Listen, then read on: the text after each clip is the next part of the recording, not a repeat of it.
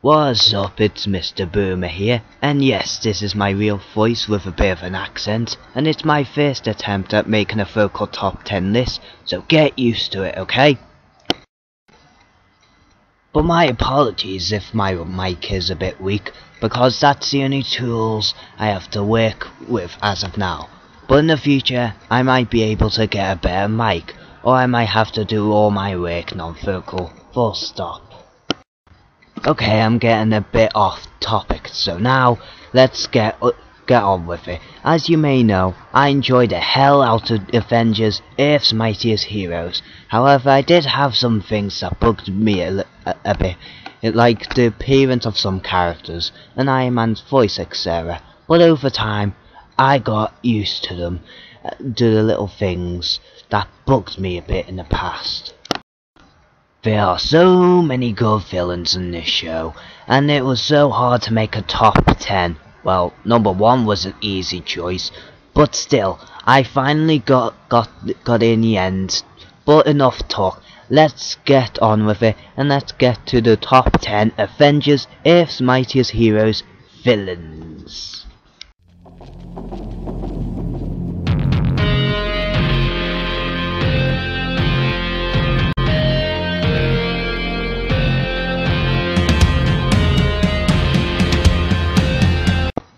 Yeah, you've got a hell of a list if this guy barely makes the cut. But regardless, Loki is a pretty cool villain. But the question is, why is he at the bottom of the list, Well, because they did do very little justice about his hatred about Odin's lies, which he only mentioned in one episode, and that the rest of the time he just tries to kill Thor and take over the 9 realms. But despite his flaws, the way he did take over the 9 realms were pretty clever, and he did use the Masters of Evil as his pawns, and apparently was the reason why everyone who escaped from the four main prisons and made the Avengers team up in the first place. And this is the reason why Loki takes the number 10 spot on my list.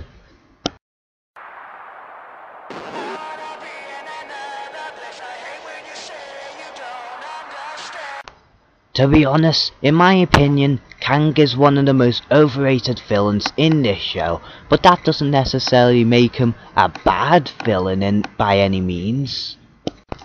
Kang is a time traveller who has a huge grudge on Captain America, believing that he was the one who destroyed Kang's timeline.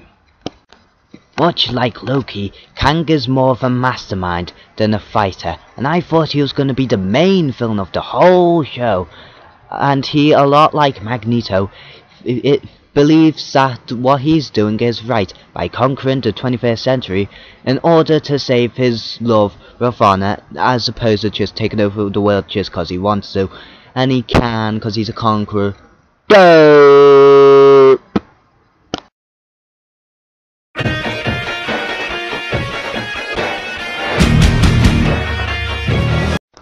Now, I don't really know much about the Living Laser in the comics, as I never really read any of the comics with him in it, but when I seen him in the show, he is a very funny villain in the show. The Living Laser seems to be motivated by revenge, as he has such a grudge on Iron Man for whatever reason. You can post me a comment below on why he hates Iron Man so much, as I am very interested. But the thing that gets him up the spot on this list is the fact that the Living Laser is very insane. And his quotes he says to Iron Man is so funny as hell, seriously.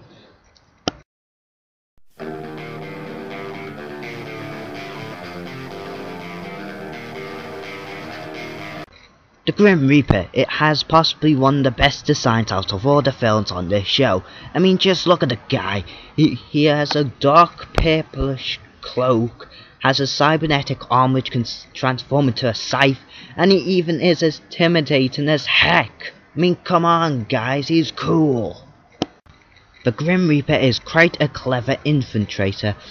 The way he purposely got caught by S.H.I.E.L.D. while wearing a Hydra uniform so that he can go into the vault, attack all the S.H.I.E.L.D. agents and free Baron Structure so that Structure can gain control of Hydra once more.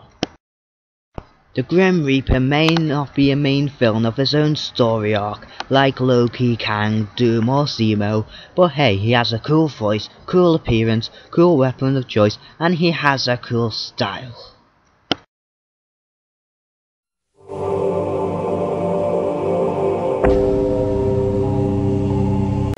The Crimson Dynamo is a very cool film, and is one of the darker films as well, in terms of actions, as like how the Living Laser, he hates Iron Man. However, he has more hatred of Iron Man than how the Living Laser does. The Crimson Dynamo has a very big, bulked armor, which possesses a lot of weapons, as well as super strength and flight. He hates Iron Man so much that he almost crushes Tony's skull, and I could imagine what would happen if he actually did that and crushed his skull to a million pieces. Ugh, I bet you they wouldn't allow that in a children's TV show, wouldn't they? Oh no.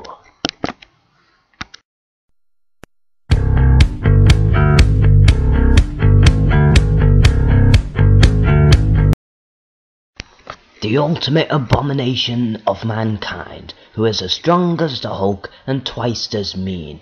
Well, anyway, the abomination at first to me was a complete joke, by his weird appearance, his weird annoying voice and accent, and he was always a follower as opposed of being a leader, or at the very least a person who rather works alone.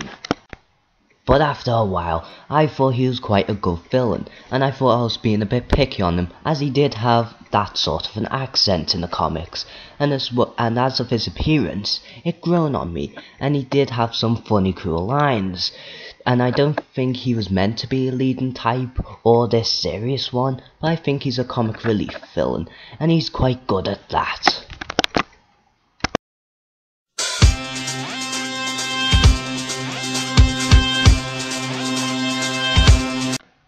I never thought Baron Zemo looked cool, nor did I find him interesting at the time the show wasn't out, but now that I've seen the show, and I've seen a few episodes with him in it, and I now find him a very cool and interesting villain.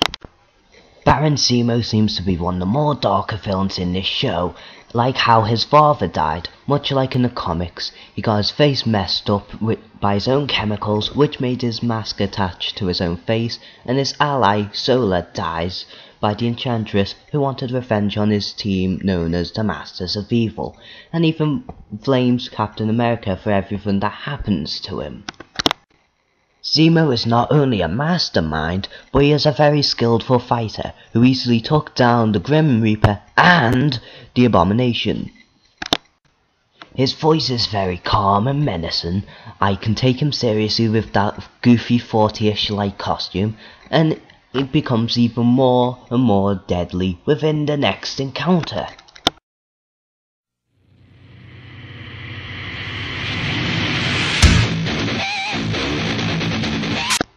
The Red Skull is one of the more confident and smarter villains in the series, as well as has one of the best appearances in the show, and has one of the best voices for a German psychopath. The Red Skull acted a lot like what he did in the comics by being a very power-hungry dictator who wanted to take over the world and test another weird creatures from another world, and was responsible for the rumoured death of Bucky, and has a huge part in Season 2, but since it hasn't been aired worldwide yet, I'm going to keep it spoiler free. You're welcome, you spoiler haters, and as much as I want to tell all yous about what happens, I'm sorry to all you spoiler lovers, who are very impatient people.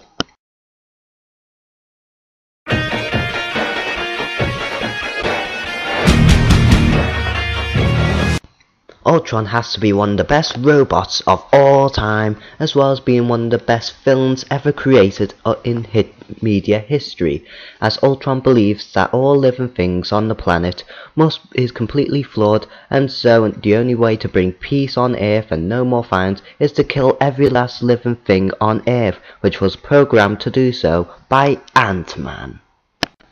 as Ant-Man was sick to death of all this violence, so he created Ultron to bring back peace, even if he has to destroy everything in it. In Season 2, which is not really much of a spoiler because the creators pretty much already mentioned this, but Ultron returns to creative vision in order to disassemble the Avengers, and his plot is quite similar to the next Avengers Heroes of Tomorrow to me.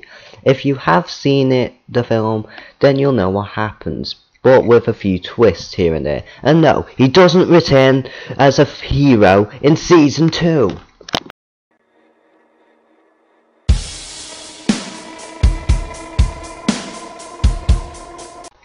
This is the first time when I thought to myself and saw Doctor Doom in his first appearance in this show, and I thought, hey, this is Doctor Doom done perfectly.